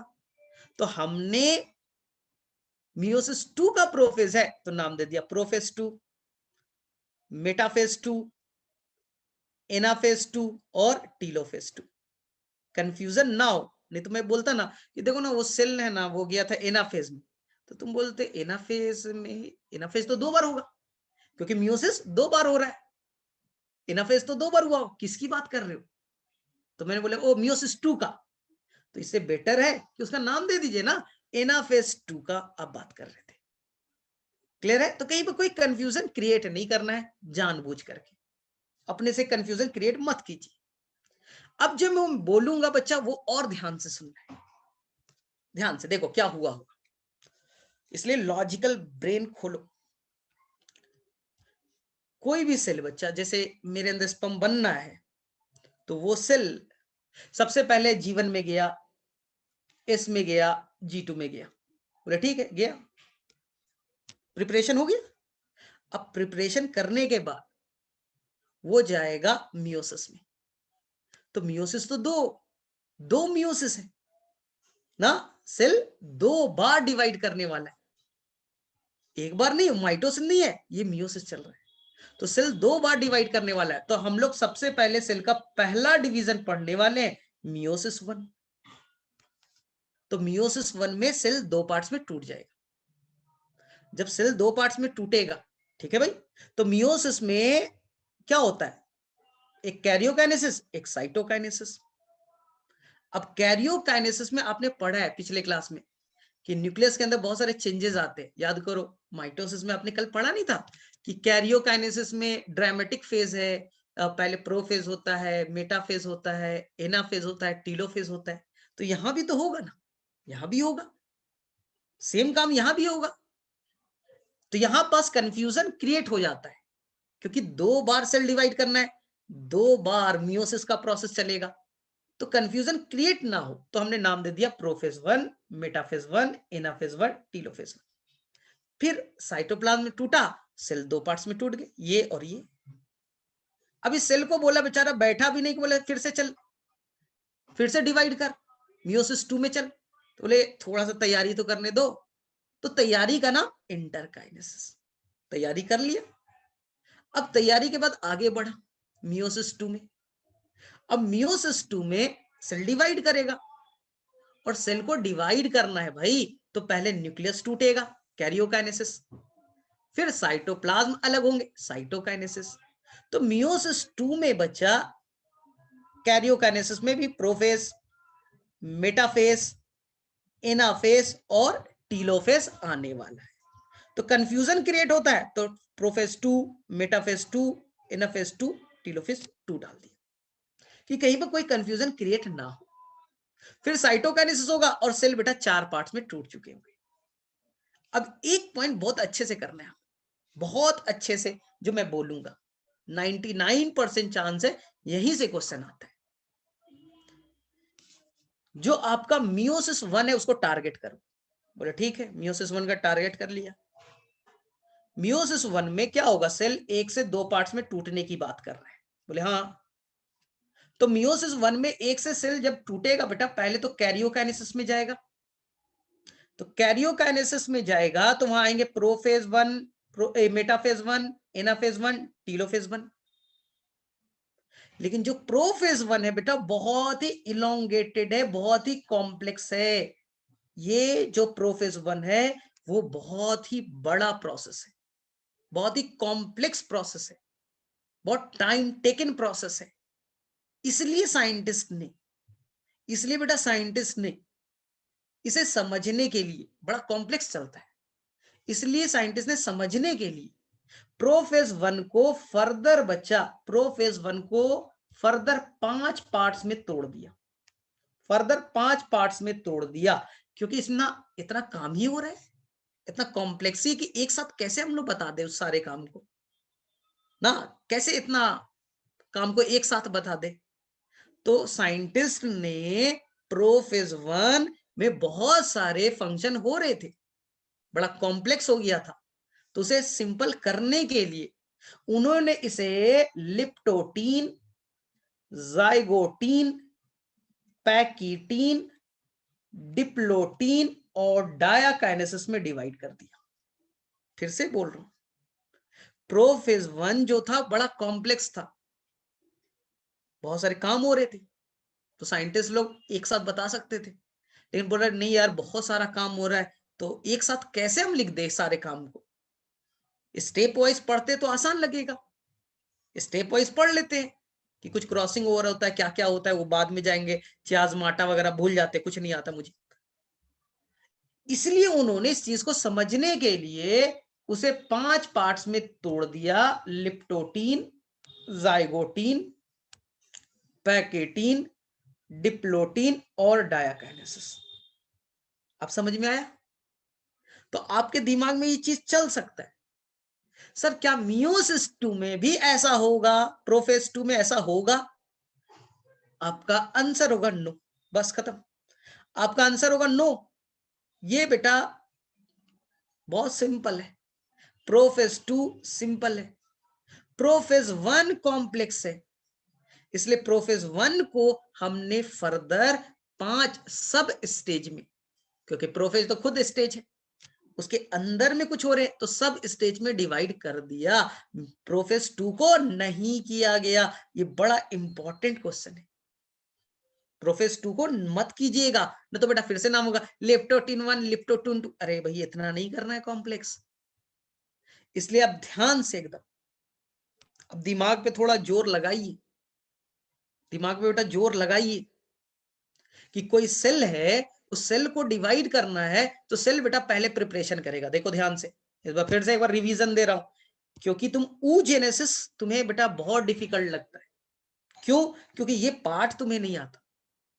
तो फिर से हम करते हैं, ये सेल है बच्चा, ये इसको करना है, स्पर्म बनाना है 4, ये प्राइमरी स्पर्मेटोसाइट है, लेकिन इसे प्रिपरेशन करना पड़ेगा, इसे पहले जाना पड़ेगा G1 में, फिर जाना पड़ेगा S में, और फिर जाना पड़ेगा बच्चा G2 में।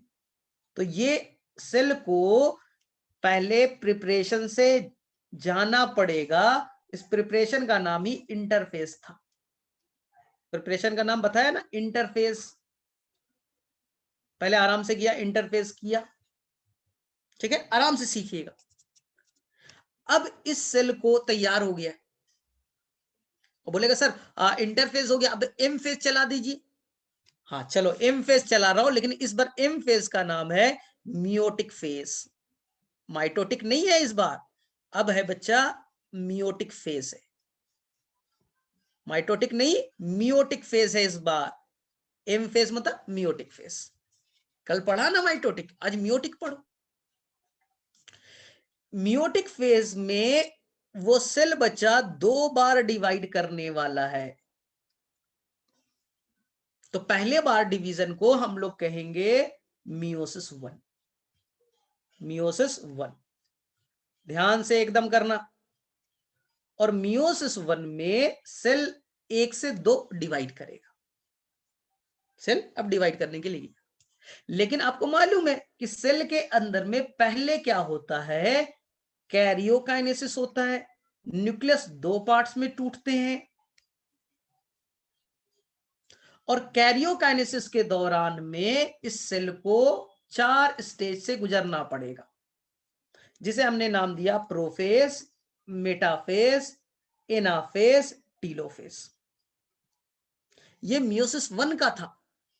मियोसिस 1 का नाम था, इसलिए नाम दिया प्रोफेज 1, मेटाफेज 1, एनाफेज 1 और टीलोफेज 1। फिर से रिपीट कर रहा हूं। साइंटिस्ट ने जब पढ़ना स्टार्ट किया तो बेटा सिंपल नहीं था, बड़ा कॉम्प्लेक्स था, एनसीईआरटी का लाइन है ये। तो साइंटिस्ट को प्रोफेज 1 काफी इलोंगेटेड, काफी कॉम्प्लेक्स दिखा, इसलिए उन्होंने समझने के लिए इसे फर्दर 5 पार्ट्स में लिप्टोटीन, जाइगोटीन, पैकिटीन, डिप्लोटीन और डायाकाइनेसिस में डिवाइड कर दिया, क्योंकि चीजें इजी हो जाए। हम एक ही साथ पढ़ेंगे तो समझ में नहीं आना चाहिए था, तो साइंटिस्ट ने बोला आराम से कर देते, धीरे धीरे डिवाइड कर देते। ठीक, अब कैरियोकाइनेसिस हो गया, यानी सेल में बेटा अब देख लीजिए सेल में 2 न्यूक्लियस बन गए, कैरियोकाइनेसिस कंप्लीट। अब ये जाएगा साइटोकाइनेसिस में। आपको मालूम है साइटोकाइनेसिस में क्या होता है, साइटोप्लाज्म अलग हो जाएंगे और ये बेटा 2 सेल बन के तैयार हो गया मियोसिस 1 कंप्लीट। मियोसिस 1 कंप्लीट हो गया, 2 सेल बन गए। अब इस सेल को वापस से मियोसिस 2 में जाना है, तो क्या बेटा तैयारी नहीं करेगा? तुमने एक नीट का एग्जाम दे दिया, फिर से दूसरा एग्जाम आएगा, क्या तैयारी नहीं करोगे? हर सेल डिवाइड करने से पहले तैयारी करेगा ही करेगा। तो बोले सर साइटोकाइनेसिस हो गया, 2 सेल बन गए, अब बेटा तैयारी कर लो। तैयारी का नाम इंटरकाइनेसिस। सर इसका इंटरफेस क्यों नाम नहीं दिया?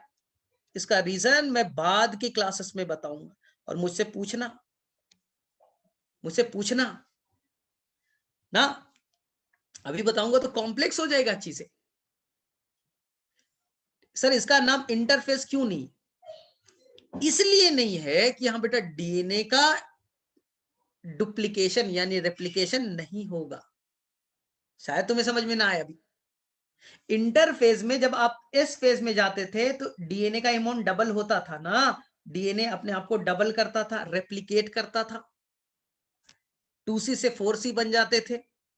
लेकिन यहां इंटरकाइनेसिस में बच्चा सेल का साइज बड़ा होगा, एटीपी बनेंगे, सब कुछ होगा, डीएनए नहीं डबल होगा, डीएनए का अमाउंट डबल नहीं होगा। तो इंटरफेज में से आप डीएनए रेप्लिकेशन हटा दो, इंटरकाइनेसिस कहलाएगा। लेकिन अभी शायद मैं बोल देता हूं तो कॉम्प्लेक्स हो जाएगा, इसलिए जो मैंने बोला भूल जाइए, मैं आगे में एक्सप्लेन करूंगा। सर क्यों नहीं डबल होगा मैं बताऊंगा, क्योंकि एनसीईआरटी में ये वर्ड लिखा है। एनसीईआरटी जैसे ही मियोसिस तुम पढ़ोगे तो एनसीईआरटी में एक लाइन लिखा है बच्चा, ये सेल 2 बार जरूर डिवाइड करेगा, ये सेल 2 बार जरूर डिवाइड करेगा, ये सेल 2 बार जरूर डिवाइड करेगा, लेकिन डीएनए का अमाउंट एक ही बार डबल होगा, डीएनए का अमाउंट एक ही बार डबल होगा इंटरफेज में। क्यों सर? मैं बाद में बताऊंगा ना, अभी टेंशन मत लो, अभी पुराने कॉन्सेप्ट पे आओ। मियोसिस 1 कंप्लीट करने के बाद में सेल 2 बन गए और ये दोनों सेल अब जाने वाले हैं कहां? इंटरकाइनेसिस में। प्रिपरेशन करेंगे, बड़ा होंगे, जब बड़ा हो जाएंगे एनर्जी स्टोर कर लेंगे, तब वो इंटर करेंगे मियोसिस 2 में, तब वो इंटर करेंगे मियोसिस 2 में। ठीक है, तो कंफ्यूज नहीं करना है इंटरकाइनेसिस से। क्या होगा मैं आगे वाली क्लास में बहुत डिटेल से बताऊंगा, तो झूठ का कंफ्यूजन क्रिएट होता है, सर डीएनए कहां से डबल हुआ, वहां क्यों हुआ, भूल जाओ। हाँ, मियोसिस इतना आसान थोड़ी है समझना। मियोसिस 2 में चलिए बच्चा फिर से सेम कहानी स्टार्ट करते हैं, कैरियोकाइनेसिस और साइटोकाइनेसिस, कैरियोकाइनेसिस और साइटोकाइनेसिस। कैरियोकाइनेसिस में बच्चा न्यूक्लियस टूटेगा, तो न्यूक्लियस टूटने में भी बहुत ड्रामा है, ड्रामा का नाम profess, metaphase, anaphase, telophase. Karyokinesis में न्यूक्लियस टूटेगा तो इसमें भी 4 फेज आएंगे, प्रोफेस, मेटाफेस, एनाफेस, टीलोफेस। लेकिन सर ये तो मियोसिस 2 का चल रहा है, हाँ तो इसलिए तो नाम दे दिया प्रोफेस 2, मेटाफेस 2, एनाफेस 2 और टीलोफेस 2।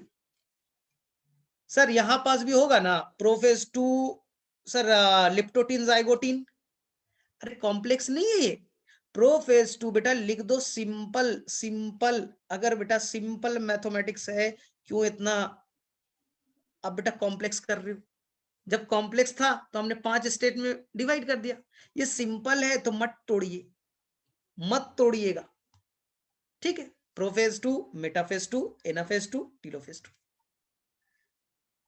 अब क्या होगा, न्यूक्लियस दो पार्ट्स में टूट गए, यानी कि इस सेल के अंदर में न्यूक्लियस दो हो गए। तो साइटोकाइनेसिस बोलेगा चल रे भाई तुझे दो पार्ट्स में तोड़ देता हूं, साइटोप्लाज्म का डिवीजन हो जाएगा और ये दो सेल बन गए। तो ऐसे ऐसे दो सेल थे तो टोटल आपके 4 सेल बन जाएंगे, बन जाएंगे। तो ये बेटा एकदम क्लियर दिमाग में होना चाहिए, एकदम बेटा क्लियर दिमाग में होना चाहिए, कोई कंफ्यूजन क्रिएट नहीं होना चाहिए। लेकिन कंफ्यूजन होगा बेटा ऊजेनेसिस में, कंफ्यूजन क्रिएट होगा ऊजेनेसिस में, जहां पास आपने अगर मियोसिस अच्छे से नहीं समझा तो ऊजेनेसिस नहीं समझ में आएगा, ऊजेनेसिस बेटा समझ में नहीं आएगा। चलो मैं बोलता हूं एक बार, पहले हम लोग थोड़ा सा रिवीजन ले स्पर्मेटोजेनेसिस का, हम लोग थोड़ा सा रिवीजन करते हैं स्पर्मेटोजेनेसिस का, फिर हम आएंगे ऊजेनेसिस पे। स्पर्मेटोजेनेसिस का वापस से रिवीजन करते हैं, ध्यान से देखो। स्पर्मेटोजेनेसिस कहां होगा सर? टेस्टिस में। स्पर्मेटोजेनेसिस कहां होगा सर? टेस्टिस में। तो टेस्टिस में इस सेल का नाम है प्राइमरी स्पर्मेटोसाइट, प्राइमरी स्पर्मेटोसाइट। उसे डिवाइड करके 4 स्पर्म बनाना है, उसे डिवाइड करके 4 स्पर्म बनाना है। तो ये बच्चा प्राइमरी स्पर्मेटोसाइट पहले तैयारी करेगा, G1 में जाएगा, S में जाएगा, G2 में जाएगा। तैयारी का नाम इंटरफेज है, उसने तैयारी कर लिया, तैयारी का नाम इंटरफेज है, उसने तैयारी पूरा कर लिया, प्रिपरेशन हो गया। अब तैयारी करने के बाद में वो मियोसिस 1 में जाएगा, प्राइमरी स्पर्मेटोसाइट दो पार्ट्स में टूट गया, मियोसिस 1 से 2 सेल बन गए, नाम है सेकेंडरी स्पर्मेटोसाइट, नाम है बेटा सेकेंडरी स्पर्मेटोसाइट। प्राइमरी डिवाइड किया, 2 सेल में टूटा, सेकेंडरी स्पर्मेटोसाइट। हाँ, उसके लिए उसे prophase 1, metaphase 1, anaphase 1, telophase, lepto, zygo, pachytene, diplotene, diakinesis, पूरा फेज से गुजरना पड़ा, 2 सेल टूटे। अब सेकेंडरी स्पर्मेटोसाइट तैयारी करेगा, सेकेंडरी स्पर्मेटोसाइट बेटा तैयारी किया, क्योंकि फिर से एग्जाम देना है, फिर से तैयारी चाहिए। बस इस बार डीएनए को डबल नहीं करेगा, इस बार बेटा डीएनए को डबल नहीं करेगा तैयारी के नाम पे, तो इंटरकाइनेसिस कहलाएगा। क्यों होगा मैं एक्सप्लेन करूंगा। अब वो मियोसिस 2 में जाएगा, ठीक है, 2 सेल बन चुके थे, 1 सेल और 1 सेल, तो ये सेल फिर से डिवाइड कर जाएगा 2 पार्ट्स में, ये सेल डिवाइड कर जाएगा 2 पार्ट्स में। बेटा 4 स्पर्मेटिड्स बन गए, 4 स्पर्मेटिड्स बन गए। यही स्पर्मेटिड्स बेटा एक और प्रोसेस में जाता है, जो मेरा काम नहीं, जो मेरा काम नहीं, यहां तक कंप्लीट हो गया, स्पर्मेटिड 4 बन गए। बाद में बच्चा वो स्पर्म का रूप ले लेते हैं, बाद में वो स्पर्म का रूप ले लेते हैं, जिसे एनसीईआरटी में स्पर्मियोजेनेसिस कहा गया है, जिसे बेटा स्पर्मियोजेनेसिस कहा गया है। तो आई थिंक आपको क्लैरिटी है। कब होगा स्पर्मेटोजेनेसिस? आंसर बेटा प्यूबर्टी एज में, जब हार्मोन का लेवल बेटा बढ़ेगा, एफएसएच हार्मोन, एलएच हार्मोन, ये सब अब जो पढ़ते हैं ना, उसी के इन्फ्लुएंस से ये काम होता है, ठीक है। चलिए बच्चा, अब ऊजेनेसिस के लिए तैयार हो जाइए। मैंने स्पर्मेटोजेनेसिस 2 से 3 बार रिपीट करा दिया, मैंने बेटा 2 से 3 बार रिपीट करा दिया, ठीक है। अरे मुझे इंट्रो पार्ट आज केवल कंप्लीट करने दो, मियोसिस का 10 मिनट में हो जाएगा, 10 मिनट में हो जाएगा। चलो यहां देखो, ध्यान से देखो। अब मुझे ऊजेनेसिस, क्लास में मैक्सिमम लड़कियां हैं तो अपने बारे में सोचोगे तो चीजें बहुत आसानी से क्लियर होगी। जो तुम हो अपने बारे में सोचो, चीजें क्लियर होगी, अदरवाइज बेटा भटकते रह जाओ। तुम्हारे अंदर बेटा oogenesis प्रोसेस, एक लड़की है उसके अंदर में oogenesis प्रोसेस बेटा बर्थ से पहले स्टार्ट हो जाएगा। तुम बेटा अभी पैदा हुए भी नहीं हो, अपनी मम्मी के पेट में थे, उसमें ही एम्ब्रियोनिक स्टेज में ही, फीटस स्टेज में ही oogenesis स्टार्ट हो जाता है। रूल नंबर 1, मैंने क्या बोला? मेल में स्पर्मेटोजेनेसिस प्यूबर्टी एज में होता है जब हार्मोन एफएसएच एलएच आ जाते, लेकिन एक फीमेल में oogenesis बर्थ होने से पहले ही स्टार्ट हो चुका होता है। मार्क करिएगा बेटा पॉइंट को, फीटल स्टेज में ही उनके अंदर ओवरी बना और उनमें से जो प्राइमरी ऊसाइट है बच्चा, वहां प्राइमरी स्पर्मेटोसाइट था, यहां प्राइमरी ऊसाइट है। ऊसाइट बेटा जीवन में गया, एस में गया, G2 में गया। ये बर्थ से पहले की कहानी बता रहा हूं, अपने आप को इमेजिन करो, अभी आपका बर्थ हुआ भी नहीं है, आप मां के पेट में हो और आपके अंदर ओवरी बन चुका है, और उस ओवरी में बर्थ से पहले ही फीटल स्टेज में ही oogenesis स्टार्ट हो चुका है। oogenesis स्टार्ट हो चुका है और वो पहले जाएगा जीवन में, फिर जाएगा एस में और फिर जाएगा वो G2 में। तैयारी हो गया? अब वो बेटा मियोसिस 1 में इंटर कर जाएगा, वो सेल प्राइमरी ऊसाइट मियोसिस 1 में इंटर कर जाएगा, और इंटर करने के बाद मियोसिस 1 में बच्चा कौन सा आएगा? कैरियोकाइनेसिस। कैरियोकाइनेसिस में वो बेटा इंटर कर जाएगा प्रोफेज 1 में। ध्यान से सुनिएगा, ये मां के पेट के अंदर की कहानी है, अभी तुम्हारा बर्थ हुआ ही नहीं है, बर्थ से पहले ही की कहानी अभी चल रही है। जब आप बोलते हो कि फीटल स्टेज में है, आपका ओवरी बन चुका है, उसके अंदर में बेटा म्यूसिस स्टार्ट हो चुका है, oogenesis स्टार्ट हो चुका है, और वहां बच्चा आप लिप्टोटीन में चले गए, जाइगोटीन में चले गए, पैकेटीन में चले गए, और आप आ गए डिप्लोटीन में। इसी डिप्लोटीन स्टेज में सेल को, प्राइमरी स्पर्मेटोसाइट को अरेस्ट कर लिया जाएगा। मैंने क्या बोला? आपके अंदर में oogenesis प्रोसेस एक फीमेल के अंदर, एक लड़की के अंदर बर्थ से पहले ही स्टार्ट हो जाता है, जब वो मां के पेट में है, और उसी दौरान उसने बेटा इंटरफेस कंप्लीट किया। उसी दौरान लाखों सेल बेटा, लाखों सेल ओवरी के, सभी सेल, लाखों सेल जो है ना, सभी के सभी मियोसिस 1 के प्रोफेज 1 में गए, लिप्टोटीन को कंप्लीट किया, जाइगो को कंप्लीट किया, पैकेटीन को कंप्लीट किया, और डिप्लोटीन में अरेस्ट हो गए। एनसीईआरटी का लाइन है बच्चा क्लास 12th का, अर्ली स्टेज ऑफ प्रोफेज में अरेस्ट हो गया। तो अर्ली फेज बेटा यही है डिप्लोटीन। प्रोफेज के डिप्लोटीन में बेटा पकड़ में आ गए, उसको पकड़ लिया गया, लाखों सेल आपके ओवरी के डिप्लोटीन में जाके बैठ गए, लाखों सेल। ठीक, अब आपका बर्थ होगा, अब आपका बर्थ होगा, डे 1, डे 2, 1 साल के हो गए, 2 साल के हो गए, 3 साल के हो गए। सर हमारा ओवरी के अंदर सब अरेस्ट है, सारा का सारा आपके अंदर में जो प्राइमरी oocyte था वो डिप्लोटीन में ही अरेस्ट है। 10 साल हो गया, सर अरेस्ट है, 12 साल अरेस्ट है। जब आप प्यूबर्टी एज में पहुंचोगे, जब एक लड़की प्यूबर्टी एज में पहुंचेगी, तो उसके अंदर में एफएसएच हार्मोन आना स्टार्ट होगा, एलएच हार्मोन आना स्टार्ट होगा। तब बच्चा इस डिप्लोटीन को डी अरेस्ट किया जाएगा, जो लाखों सेल थे उन सेल को हटाया जाएगा, निकाला जाएगा। तो सभी नहीं निकलेंगे, लाखों सेल बेटा यहीं पर रुके हुए, उनमें से कुछ सेल को बेटा निकाला जाएगा, निकाला गया, और डिप्लोटीन से वो कहां गया बेटा? डायाकाइनेसिस में। कहां गए? डायाकाइनेसिस में। सर प्रोफेज 1 तो कंप्लीट, हाँ।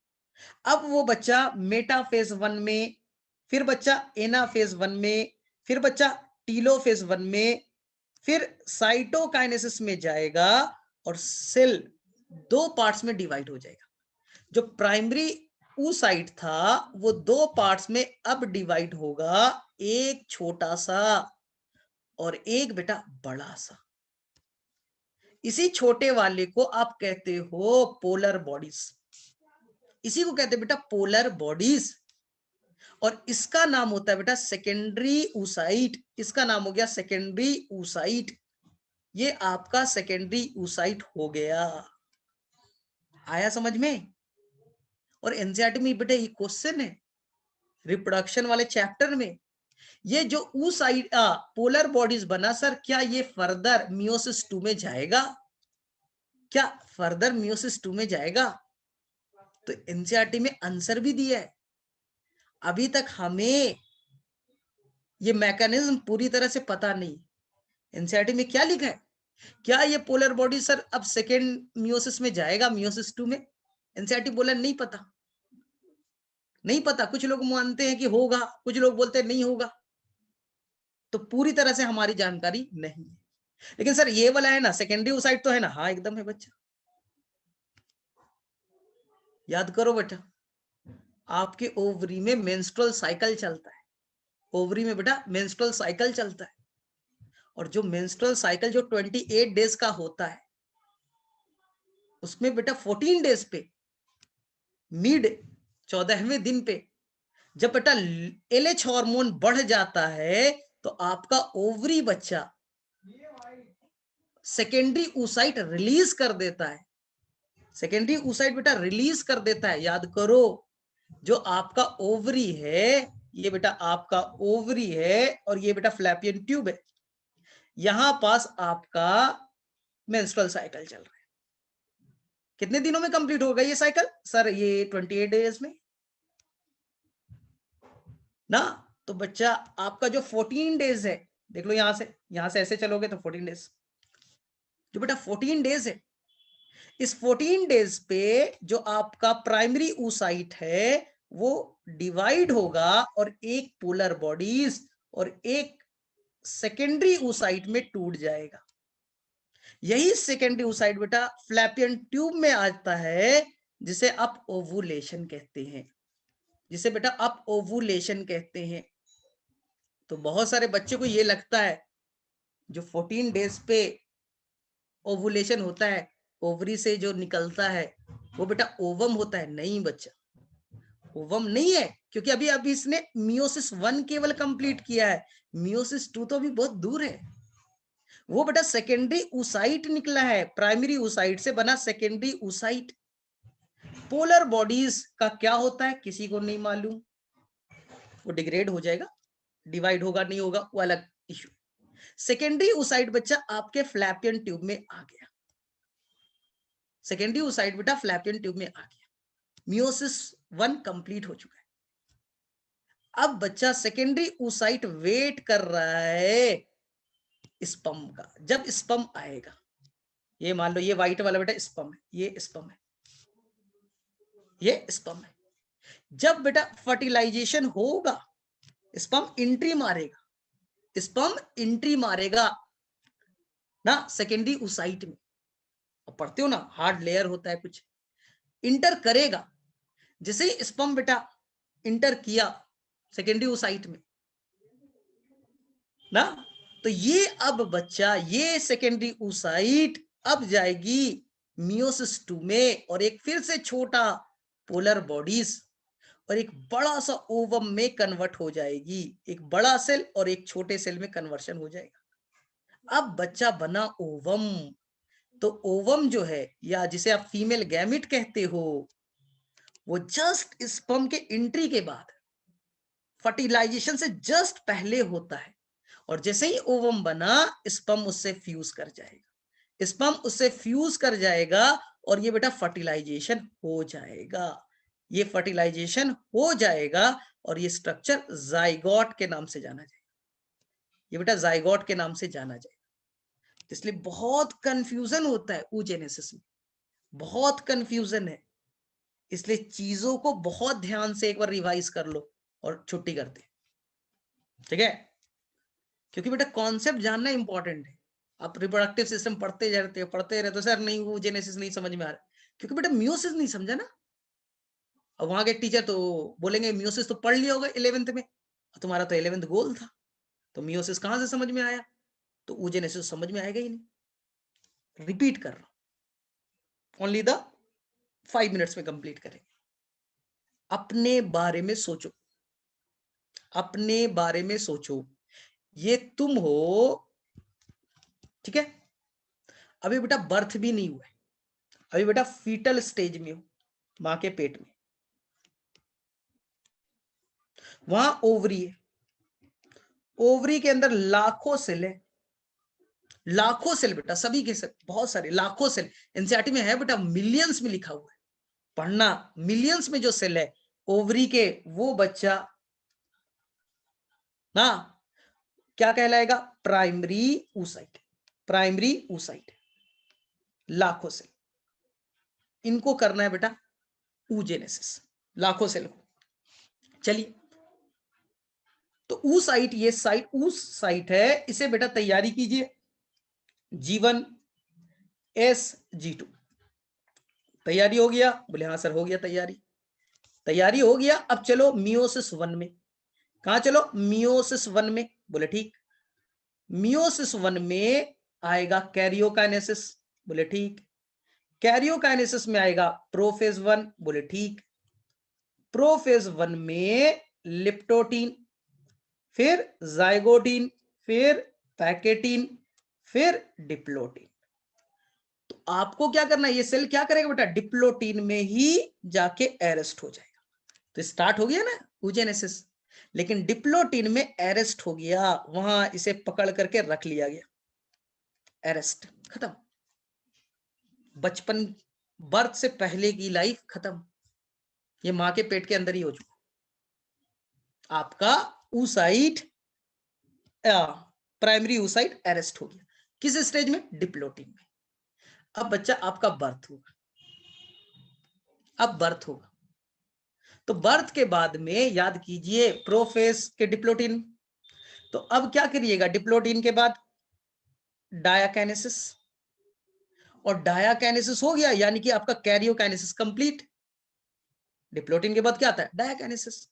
फिर बच्चा आपको कंप्लीट करना पड़ेगा मेटाफेज 1, एनाफेज 1, टीलोफेज 1। हो गया? और टीलोफेज 1 के बाद क्या होता है? सेल के अंदर 2 न्यूक्लियस बन गए।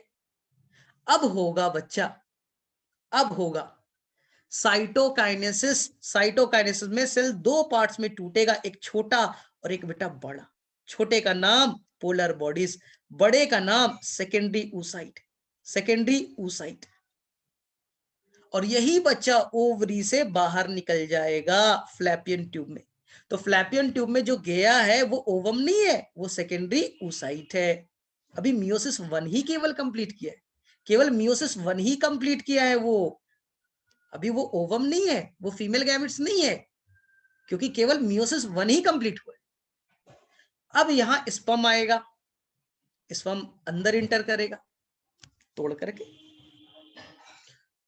तो अब जस्ट फर्टिलाइजेशन से पहले, अभी मियोसिस 1 2 तो कंप्लीट भी नहीं हुआ है, ओवम तो बना भी नहीं है, तो जस्ट फर्टिलाइजेशन से पहले बच्चा देखना एनसीईआरटी में लिखा है, ये सेकेंडरी oocyte डिवाइड करेगा और एक छोटा सा पोलर बॉडीज और एक बड़े से बेटा ओवम में कन्वर्ट हो जाएगा। तो ये हो गया आपका ओवम। ये येलो वाला बेटा सेकेंडरी oocyte था, मियोसिस 2 हुआ, ओवम बन गए।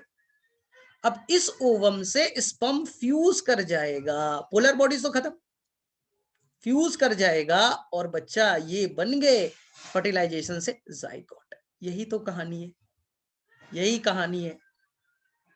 तो मैंने 11th क्लास की पार्ट को तो रिलेट किया आपके रिप्रोडक्टिव सिस्टम से। तो चलो शायद कुछ समझ में आया हो। चलो किसी किसी कुछ समझ में आया या ऊपर से गया? बोलो फटाफट, आया कुछ समझ में? पढ़ते तो हो लेकिन क्लास 12 में रट्टा मारते थे केवल ना। तो आज जाकर के इसको बच्चा वापस से इस लेक्चर को एक बार देखिएगा और आप एनसीईआरटी से स्पर्मेटोजेनेसिस और oogenesis के पूरे प्रोसेस को पढ़िएगा, तब आपको 100% क्लैरिटी आएगा। तब आपको चीजें क्लियर कट होगा, वो ऐसे हो रहा है, वैसे हो रहा है, तब बेटा सीखोगे, ना तो कभी नहीं सीख पाओगे। तुम कितना भी कर लो। बहुत सारे मेरे पास जूलॉजी वाले टीचर आते, सर ये वाला मियोसिस तो हमें आता नहीं है, ये तो बॉटनी का पार्ट है, हम कैसे बच्चों को सिखाएंगे। तो बेटा स्पर्मेटोजेनेसिस oogenesis 100% जो है वो बेटा मियोसिस है। मियोसिस नहीं आएगा, रट्टा मार लो, मियोसिस 1 में क्या हुआ, 2 में क्या हुआ, लिप्टोटिन में क्या हुआ, कुछ पता नहीं चलेगा। हाँ, तो एक बार फिर से रिवाइज करने की कोशिश करना, क्योंकि मियोसिस लंबा टाइम लगेगा। कल से हम लोग रियल में मियोसिस स्टार्ट करेंगे, ठीक है। तो मेरे में से शाम तक आ जाएगा, या जो तुम्हारी मैम होंगी ना, उनको बोलना कि जल्दी अपलोड करवा दीजिए, रिवीजन करना है, तो वापस से मिल जाएगा। तो बेटा रिवाइज कर लेना, तो तुम्हारा रिप्रोडक्टिव सिस्टम तब समझ में आएगा, उससे भी तो आते हैं क्वेश्चन, और मियोसिस से तो आना ही आना है। तो रियल मियोसिस हम लोग कल स्टार्ट करेंगे, क्योंकि प्रोसेस हो गया, अब कल कैसे होगा इसे हम लोग अच्छे से करेंगे। चलो ठीक है, ठीक है, आ रहा है कुछ समझ में? तो बेटा जाकर इस पे करो, मेहनत करो।